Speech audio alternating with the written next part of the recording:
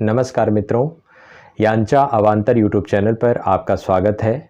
आज जिस विषय पर हम चर्चा करेंगे वह विषय है बाल विकास का अर्थ, परिभाषा, आवश्यकता, क्षेत्र, प्रकृति, प्रभावित करने वाले कारक तथा उद्देश्य। विकास क्या है? विकास एक सार्वभौमिक प्रक्रिया है जो संसार के प्रत्येक जीव में पाई जाती है। विकास की यह प्रक्रिया गर्भधारण से लेकर मृत्यु पर्यंत किसी न किसी रूप में चलती रहती है।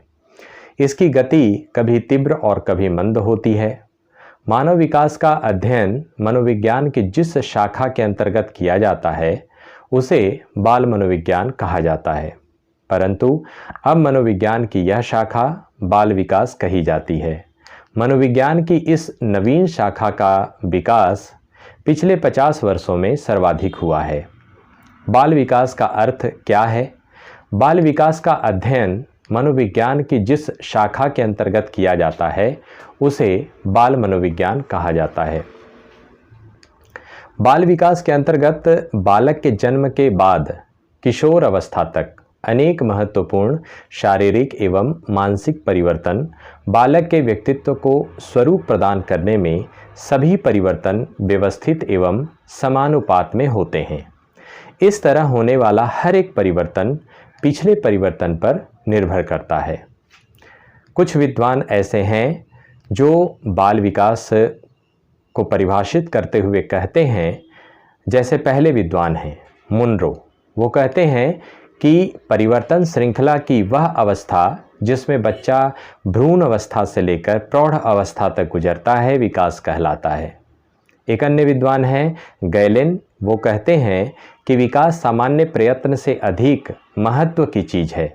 विकास का अवलोकन किया जा सकता है और एक सीमा तक इसका मूल्यांकन एवं मापन भी किया जा सकता है। विकास का मापन तथा मूल्यांकन ये 3 रूपों में करते हैं। पहला है शरीर निर्माण, दूसरा शरीर शास्त्रीय और तीसरा व्यवहारिक व्यवहार। एक अन्य विद्वान हैं हरलॉक। ये कहते हैं कि विकास बड़े होने तक ही सीमित नहीं है, वस्तुतः यह तो व्यवस्थित एवं समानुपात प्रगतिशील का एक क्रम है जो परिपक्वता की प्राप्ति में सहायक होता है। एक अन्य विद्वान है जेम्स ड्रेवर। वे कहते हैं विकास वह दशा है जो प्रगतिशील परिवर्तन के रूप में प्राणी में सतत रूप से व्यक्त होती है। यह प्रगतिशील परिवर्तन किसी भी प्राणी में भ्रूण अवस्था से लेकर प्रौढ़ अवस्था तक होता है। यह विकास तंत्र को सामान्य रूप से नियंत्रित करता है। यह प्रगति का मापदंड है और इसका आरंभ 0 से होता है। एक अन्य विद्वान है क्रो और क्रो। ये कहते हैं कि बाल मनोविज्ञान वह वैज्ञानिक अध्ययन है जो व्यक्ति के विकास का अध्ययन गर्भकाल के प्रारंभ से किशोरावस्था की प्रारंभिक अवस्था तक करता है। एक अन्य विद्वान है थॉम्पसन। ये कहते हैं कि बाल मनोविज्ञान सभी को एक नई दिशा में संकेत करता है यदि उसे उचित रूप में समझा जा सके तथा उसका उचित समय पर उचित ढंग से विकास हो सके तो प्रत्येक बालक एक सफल व्यक्ति बन सकता है। एक अन्य विद्वान है गैसल। वे कहते हैं कि विकास मात्र प्रत्यय या धारणा नहीं है। विकास का निरीक्षण किया जा सकता है, मूल्यांकन किया जा सकता है तथा मापन किया जा सकता है। एक अन्य विद्वान है एंडरसन। ये कहते हैं विकास में केवल कुछ इंचों की वृद्धि एवं कुछ योग्यताओं में सुधार ही निहित नहीं होता है, वरन इसमें अनेक संरचनाओं तथा कार्यों के एकीकरण होने की प्रक्रिया निहित है। इंग्लिश व इंग्लिश के शब्दों में विकास प्राणी के शरीर में एक लंबे समय तक होने वाला निरंतर परिवर्तन का एक क्रम है। ये विशेषतः वह परिवर्तन है जिनके कारण जन्म से लेकर परिपक्वता और मृत्यु तक प्राणी में अस्थायी परिवर्तन होता है। बाल विकास की आवश्यकता क्या है? बाल विकास अनुसंधान का एक क्षेत्र माना जाता है। बालक के जीवन को सुखी और समृद्धशाली बनाने में बाल मनोविज्ञान का योगदान प्रशंसनीय है। मनोविज्ञान की इस शाखा का केवल बालकों से प्रत्यक्ष या अप्रत्यक्ष रूप से संबंध है जो बालकों की समस्याओं पर विचार करते हैं और बाल मनोविज्ञान की उपयोगिता को स्वीकार करते हैं। समाज के विभिन्न लोग बाल मनोविज्ञान से लाभान्वित हो रहे हैं, जैसे बालक के माता पिता तथा अभिभावक, बालक के शिक्षक, बाल सुधारक तथा बाल चिकित्सक आदि। बाल मनोविज्ञान के द्वारा हम बाल मन और बाल व्यवहारों के रहस्य को भली भांति समझ सकते हैं। बाल मनोविज्ञान हमारे सम्मुख बालकों के भविष्य की एक उचित रूपरेखा प्रस्तुत करता है, जिससे अध्यापक एवं अभिभावक बच्चे में अधिगम की क्षमता का सही विकास कर सकते हैं। किस अवस्था में बच्चे की कौन सी क्षमता का विकास कराना चाहिए, इसका उचित प्रयोग अवस्थानुसार विकास के प्रारूपों को जानने के पश्चात ही हो सकता है। उदाहरण के लिए, एक बच्चे को चलना तभी सिखाया जाए जब वह चलने की अवस्था का हो चुका हो, अन्यथा इसके परिणाम विपरीत हो सकते हैं। अतः बाल मनोविज्ञान की एक व्यवहारिक उपयोगिता यह भी है कि यह बालकों के समुचित निर्देश के लिए व्यवहारिक उपाय बता सकता है। हम निर्देशन के द्वारा ही बालकों की क्षमताओं और अभिवृत्तियों का उचित रूप से लाभ उठा सकते हैं। व्यक्तिगत निर्देशन में बालक की व्यक्तिगत कठिनाइयों और दोषों तथा उसकी प्रवृत्तियों और उसके व्यक्तित्व से संबंधित विकारों को दूर करने के उपायों की जानकारी बाल मनोविज्ञान से प्राप्त होती है। इसी प्रकार व्यावसायिक निर्देशन के अंतर्गत वह बालक को यह संकेत देता है कि वह व्यवसाय को चुनकर जीवन में अधिक से अधिक सफलता प्राप्त कर सकता है। अंत में निष्कर्ष रूप में यह कहा जा सकता है कि वर्तमान समय में बाल मनोविज्ञान अत्यंत आवश्यक है। बाल मनोविज्ञान के बिना मनोविज्ञान विषय अधूरा है। अब हम देखेंगे कि बाल विकास के क्षेत्र कौन कौन से हैं।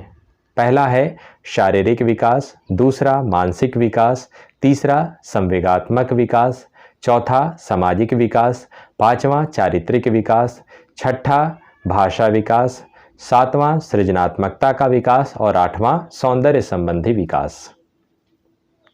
पहला विकास है शारीरिक विकास। यह क्या है?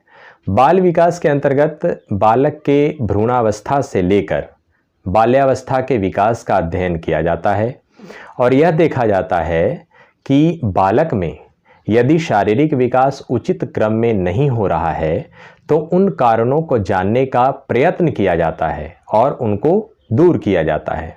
दूसरा है मानसिक विकास।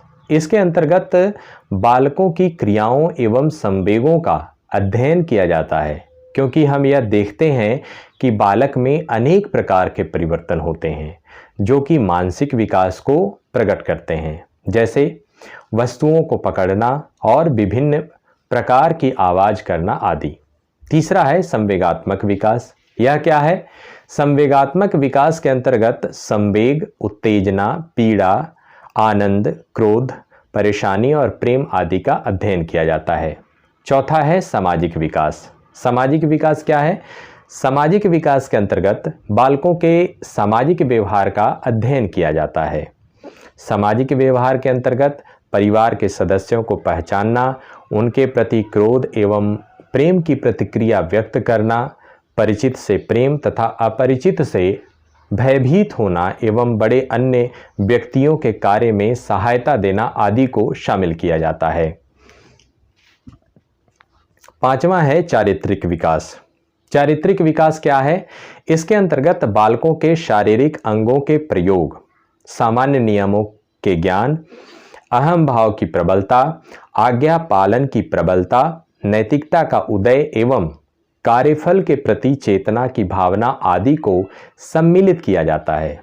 इस प्रकार बालकों का आयु वर्ग के अनुसार चरित्रगत गुणों का विकास होना बालकों के संतुलन चारित्रिक विकास का द्योतक माना जाता है। इसके विपरीत स्थिति को उचित नहीं माना जा सकता है। छठा है भाषा विकास। भाषा विकास क्या है? बालक अपनी आयु के अनुसार विभिन्न प्रकार की ध्वनियों एवं शब्दों का उच्चारण करता है। इन शब्दों एवं ध्वनियों का उच्चारण उचित आयु वर्ग के अनुसार बालक के संतुलन भाषाई विकास की ओर संकेत करता है। जैसे 1 वर्ष से 1 वर्ष 9 माह तक के बालक की शब्दोच्चारण प्रगति लगभग 118 शब्द के लगभग होनी चाहिए। यदि शब्दोच्चारण की प्रगति इससे कम है तो बालक का भाषाई विकास उचित रूप से नहीं हो रहा है। 7वां है सृजनात्मकता का विकास। इसमें बाल कल्पना के विविध स्वरूपों के आधार पर उसके सृजनात्मक विकास के स्वरूप को निश्चित किया जाता है। बालक द्वारा विभिन्न प्रकार के खेल खेलना, कहानी सुनाना तथा खिलौनों का निर्माण करना आदि क्रियाएं उसकी सृजनात्मक योग्यता को प्रदर्शित करती है। 8वां है सौंदर्य संबंधी विकास। कुछ ऐसे बालक होते हैं जिन्हें अनेक प्रकार की कविताओं में सौंदर्य की अनुभूति होने लगती है। वह कविताओं के भाव को ग्रहण करने की चेष्टा करता है। जैसे एक कविता है, इस पार प्रिय मधु है तुम हो, उस पार न जाने क्या होगा। इस कविता में बालक उस पार के रहस्य को जानना चाहता है। एक बालक कविता, कहानी तथा लेखक के विचार के माध्यम से भावनाओं को ग्रहण करता है। बाल विकास की विशेषता कौन कौन सी हैं? बाल विकास की विशेषता को मुख्यतः 3 चरणों में हम बांट सकते हैं। पहला है शैशवावस्था, जिसका समय है जन्म से 6 वर्ष तक का विकास। दूसरा बाल्यावस्था, जिसका समय है 6 वर्ष से 12 वर्ष तक का विकास। तीसरा है किशोरावस्था, जिसका समय है 12 वर्ष से 18 वर्ष तक का विकास। शैशवावस्था की मुख्य विशेषताएं कौन कौन सी हैं? पहला है दोहराने की प्रवृत्ति। दोहराने की प्रवृत्ति क्या है? शैशवावस्था में शिशु में दोहराने की प्रवृत्ति बहुत प्रबल होती है। उसमें शब्दों और गतियों को दोहराने की प्रवृत्ति विशेष रूप से पाई जाती है। दूसरा है शारीरिक विकास में तीव्रता।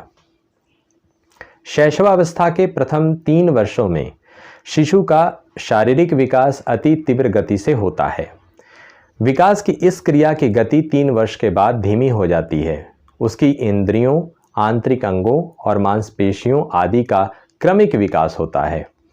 तीसरा है सीखने की प्रक्रिया में तीव्रता। शैशवावस्था में शिशु के सीखने की प्रक्रिया बहुत तीव्र होती है और वह अनेक आवश्यक बातों को तुरंत सीख लेता है। चौथा है कल्पना की सजीवता। 4 वर्ष के बालक की कल्पना में बहुत सजीवता होती है। वह सत्य और असत्य में अंतर नहीं कर पाता है, फलस्वरूप वह झूठ बोलने जैसा लगता है। 5वां है अनुकरण द्वारा सीखने की प्रवृत्ति। शैशवावस्था में शिशु में अनुकरण द्वारा सीखने की प्रवृत्ति होती है। वह अपने माता पिता, भाई बहन आदि के कार्यों और व्यवहार का अनुकरण करता है। 6ठा है आत्म प्रेम की भावना। शैशवावस्था में शिशु अपने माता पिता, भाई बहन आदि का प्रेम प्राप्त करना चाहता है, पर साथ ही वह यह भी चाहता है कि प्रेम उसके अलावा किसी और को न मिले। यदि और किसी के प्रति प्रेम व्यक्त किया जाता है तो उसे उससे ईर्ष्या होने लगती है। 7वां है नैतिकता का विकास। शैशवावस्था में शिशु में अच्छी और बुरी, उचित और अनुचित बातों का ज्ञान नहीं होता है।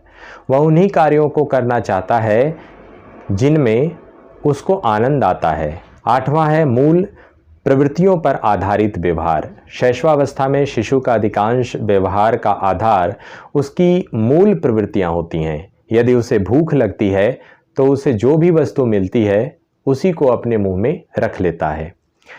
9वां है सामाजिक भावना का विकास। शैशवावस्था के अंतिम वर्षों में शिशु में सामाजिक भावना का विकास हो जाता है। छोटे छोटे भाइयों, बहनों या साथियों की रक्षा करने की प्रवृत्ति होती है। वह 2 से 6 वर्ष तक के बच्चों के साथ खेलना पसंद करता है। वह अपने वस्तुओं और खिलौनों को दूसरों के साथ साझा करता है। 10वां है दूसरे बालकों में रुचि या अरुचि। शैशवावस्था में शिशु में दूसरे बालकों के प्रति रुचि या अरुचि हो जाती है। बालक 1 वर्ष का होने से पूर्व ही अपने साथियों में रुचि व्यक्त करने लगता है। आरंभ में इस रुचि का स्वरूप अनिश्चित होता है, लेकिन जल्द ही यह रुचि एवं अरुचि के रूप में प्रकट होने लगता है। 11 है दूसरों पर निर्भरता। जन्म के बाद शिशु कुछ समय तक बहुत असहाय स्थिति में रहता है। उसे भोजन और अन्य शारीरिक आवश्यकताओं के अलावा प्रेम और सहानुभूति पाने के लिए भी दूसरों पर निर्भर रहना पड़ता है। 12 है संवेगों का प्रदर्शन। 2 वर्ष की आयु तक बालक में लगभग सभी संवेगों का विकास हो जाता है। बाल मनोवैज्ञानिकों ने शिशु के मुख्य रूप से 4 संवेग माने हैं। पहला भय, क्रोध, प्रेम और पीड़ा। 13वां पॉइंट है मानसिक क्रियाओं में तीव्रता। शैशवावस्था में शिशु की मानसिक क्रियाओं जैसे ध्यान, स्मृति, कल्पना, संवेदना और प्रत्यक्षीकरण आदि के विकास में पर्याप्त तीव्रता होती है। 3 वर्ष की आयु तक शिशु की लगभग सब मानसिक शक्तियां कार्य करने लगती हैं। 14वां पॉइंट है जिज्ञासा की प्रवृत्ति। शैशवावस्था में शिशु में जिज्ञासा की प्रवृत्ति बहुत प्रबल होती है। वह अपने खिलौने में तरह तरह के प्रयोग करता है। वह उसको फर्श पर फेंक सकता है, वह उसके भागों को अलग अलग कर सकता है। इसके अतिरिक्त वह विभिन्न बातों और वस्तुओं के बारे में क्यों और कैसे प्रश्न पूछता है। 15वां पॉइंट है काम प्रवृत्ति। बाल मनोवैज्ञानिकों का कहना है कि शैशवावस्था में काम प्रवृत्ति बहुत प्रबल होती है, पर वयस्कों के समान वह उसको व्यक्त नहीं कर पाता है। 16वां पॉइंट है अकेले व साथ खेलने की प्रवृत्ति। शैशवावस्था में शिशु में पहले अकेले और फिर दूसरों के साथ खेलने की प्रवृत्ति होती है। बहुत छोटे में शिशु अकेले खेलना पसंद करते हैं। अंत में वह अपनी आयु के बालकों के साथ खेलने में ज़्यादा रुचि लेते हैं। अब हम देखेंगे कि बाल्यावस्था की विशेषताएं कौन कौन सी हैं। पहला है संवेगों पर नियंत्रण। बाल्यावस्था में बालक अपने संवेगों पर अधिकार रखना एवं अच्छी और बुरी भावनाओं में अंतर करना जानता है। वह ऐसी भावनाओं को छेड़ देता है जिसके बारे में उसके माता पिता, शिक्षक और बड़े लोग बुरा बताते हैं। दूसरा है मानसिक योग्यताओं में वृद्धि। बाल्यावस्था में बालक की मानसिक क्षमता में निरंतर वृद्धि होती है। उसकी संवेदना और प्रत्यक्षीकरण की शक्तियों में वृद्धि होती है। वह विभिन्न बातों के बारे में तर्क और विचार करने लगता है। तीसरा पॉइंट है प्रवृत्ति। बाल्यावस्था में बालक में काम प्रवृत्ति की भावना न के बराबर होती है। बाल्यावस्था में बालक अपना समय मिलने जुलने, खेलने कूदने और पढ़ने लिखने आदि कार्यों में व्यतीत करता है। चौथा पॉइंट है वास्तविक ज्ञान का विकास। बाल्यावस्था में बालक शैशवावस्था के काल्पनिक जीवन को छोड़कर वास्तविक दुनिया में प्रवेश करता है। वह दुनिया की प्रत्येक वस्तु से आकर्षित होकर उसके बारे में पूरी जानकारी प्राप्त करना चाहता है। पांचवा है सामूहिक प्रवृत्ति। बाल्यावस्था में बालक की सामूहिक प्रवृत्ति बहुत प्रबल होती है। वह अपना अधिक से अधिक समय दोस्तों के साथ व्यतीत करने का प्रयास करता है। बालक की सामूहिक खेलों में अत्यधिक रुचि होती है। वह 6 या 7 वर्ष आयु में छोटे समूह में खेलता है। छठा पॉइंट है विकास में स्थिरता। 6 से 7 वर्ष की आयु के बाद बालक के शारीरिक और मानसिक विकास में स्थिरता आ जाती है। वह स्थिरता उसकी शारीरिक व मानसिक क्षमता को मजबूती प्रदान करती है। फलस्वरूप उसका मस्तिष्क परिपक्व हो जाता है। 7वां पॉइंट है सहयोग की भावना। बाल्यावस्था में बालक विद्यालय के छात्रों और अपने दोस्तों के समूह के साथ पर्याप्त समय व्यतीत करता है। बाल्यावस्था में बालक में अनेक सामाजिक गुणों का विकास होता है, जैसे सहयोग, सद्भावना, सहनशीलता और आज्ञाकारिता आदि। 8वां पॉइंट है नैतिक गुणों का विकास। बाल्यावस्था के आरंभ में ही बालक में नैतिक गुणों का विकास होने लगता है। बालक में अन्यायपूर्ण व्यवहार, ईमानदारी और सामाजिक मूल्यों की समझ का विकास होने लगता है। 9वां पॉइंट है बहिर्मुखी व्यक्तित्व का निर्माण। शैशवावस्था में बालक का व्यक्तित्व अंतर्मुखी होता है और बाल्यावस्था में बाहरी दुनिया में उसकी रुचि बढ़ जाती है और उसका व्यक्तित्व बहिर्मुखी हो जाता है। 10वां पॉइंट है संग्रहीकरण की प्रवृत्ति। बाल्यावस्था में बालकों और बालिकाओं में अनोखी लगने वाली चीज़ों का संग्रह करने की प्रवृत्ति आ जाती है। बाल्यावस्था में बालक विशेष रूप से कांच की गोलियों, टिकटों, मशीनों के भागों और पत्थरों के टुकड़ों का संचय करना पसंद करते हैं। बालिकाओं में चित्रों, खिलौनों, गुड़ियों और कपड़ों के टुकड़ों का संग्रह करने की रुचि पाई जाती है। 11वां पॉइंट है जिज्ञासा की प्रबलता। बाल्यावस्था में बालक की जिज्ञासा विशेष रूप से प्रबल होती है। वह जिन वस्तुओं के संपर्क में आता है उनके बारे में प्रश्न पूछकर हर तरह की जानकारी प्राप्त करना चाहता है। 12वां पॉइंट है आलस्यपूर्ण जीवन व्यतीत करने की आदतें। बाल्यावस्था में बालकों में बिना किसी उद्देश्य के इधर उधर घूमने की लालसा बहुत अधिक होती है।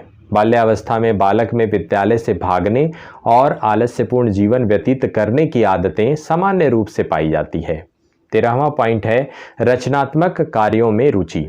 बाल्यावस्था में बालक को रचनात्मक कार्यों में बहुत आनंद आता है। वह साधारणतः घर से बाहर किसी प्रकार का कार्य करना चाहता है। अब हम देखेंगे कि किशोरावस्था की विशेषताएं कौन कौन सी हैं। पहला है किशोरावस्था को शारीरिक विकास का सर्वश्रेष्ठ काल माना जाता है।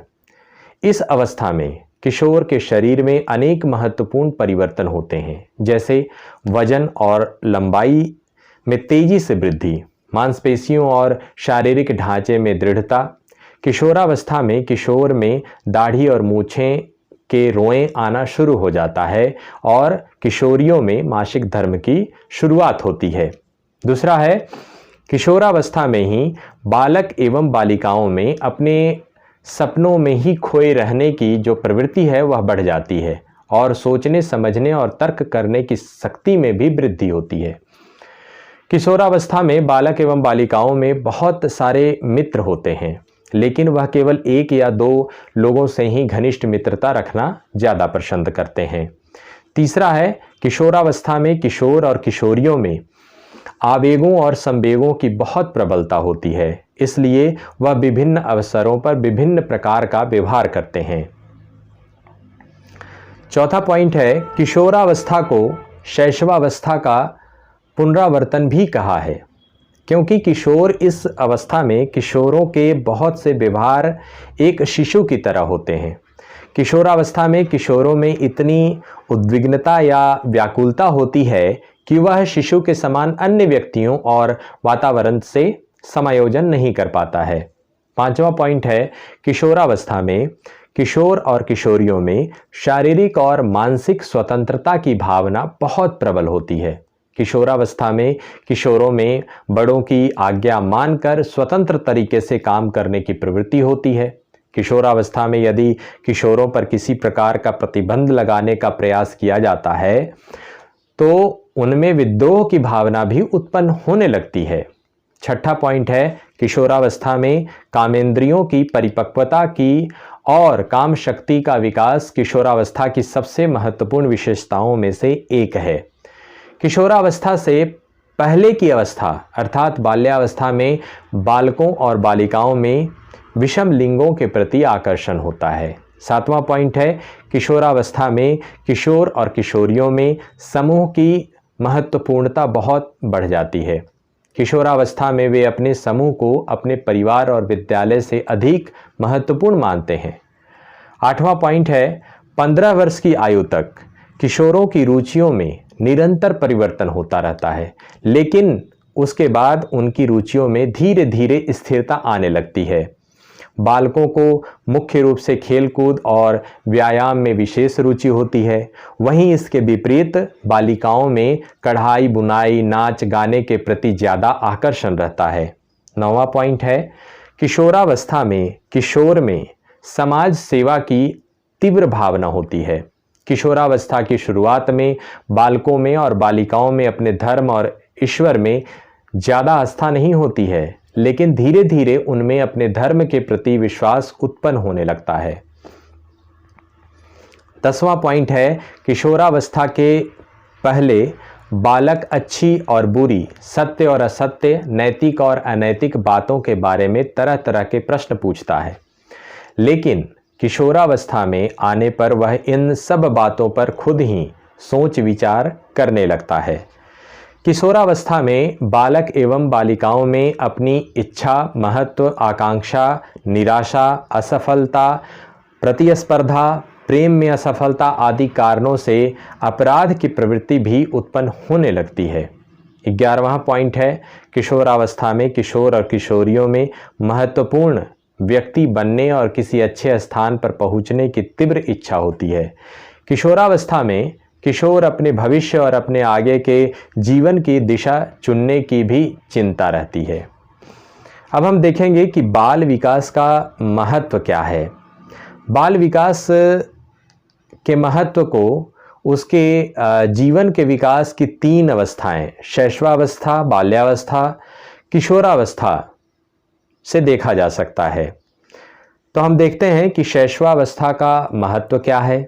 इस अवस्था में बालक का व्यवहार मूल प्रवृत्तियों पर आधारित होता है, अर्थात इस अवस्था में शिशु पूर्ण रूप से माता पिता पर निर्भर रहता है। माता पिता के सहयोग से बालक जीवन के प्रथम 2 वर्षों में अपने भविष्य के जीवन की आधारशिला रखता है। बालक को जीवन में जो कुछ बनना होता है वह आरंभ के 4-5 वर्षों में ही बन जाता है। शैशवावस्था ही वह आधार है जिस पर बालक के आने वाले जीवन का निर्माण किया जा सकता है। इसलिए शैशवावस्था में शिशु को जितना उत्तम और अच्छा निर्देशन दिया जाएगा उसका उतना ही अच्छा विकास होगा। अब बाल्यावस्था का क्या महत्व है। बाल्यावस्था का जो पहला महत्व है वह है बालक में बाल्यावस्था का काल 6 से 12 वर्ष तक माना जाता है। इस समयांतराल में बालकों तथा बालिकाओं के शरीर में विभिन्न तरह के परिवर्तन होते रहते हैं। बाल्यावस्था में बालकों और बालिकाओं की लंबाई, वजन आदि में परिवर्तन होते हैं। दूसरा है, इस अवस्था में बालक अथवा बालिका की हड्डियों में मजबूती के साथ ही साथ दृढ़ता आती है और बालक तथा बालिका के दांतों में अस्थायीपन आने लगता है। बाल्यावस्था में मानसिक विकास भी तीव्र होती है। तीसरा है, बाल्यावस्था में बालक के अंदर सूक्ष्म चिंतन की शुरुआत होती है। बाल्यावस्था तक बालक विद्यालय में प्रवेश ले चुका होता है। बाल्यावस्था में बालक में परिवार के साथ साथ अन्य लोगों के साथ भी उसकी सामाजिककरण प्रक्रिया की शुरुआत हो जाती है। बाल्यावस्था में विपरीत लिंगों के प्रति आकर्षण का भाव आने लगता है। चौथा पॉइंट है, बालकों के शब्दकोश में भी बहुत वृद्धि होती है। बाल्यावस्था में बालकों के अंदर आत्मनिर्भरता की सोच विकसित होने लगती है और उनकी आदतों, रुचियों, मनोवृत्ति और रहन सहन आदि में पर्याप्त अंतर दिखाई देने लगता है।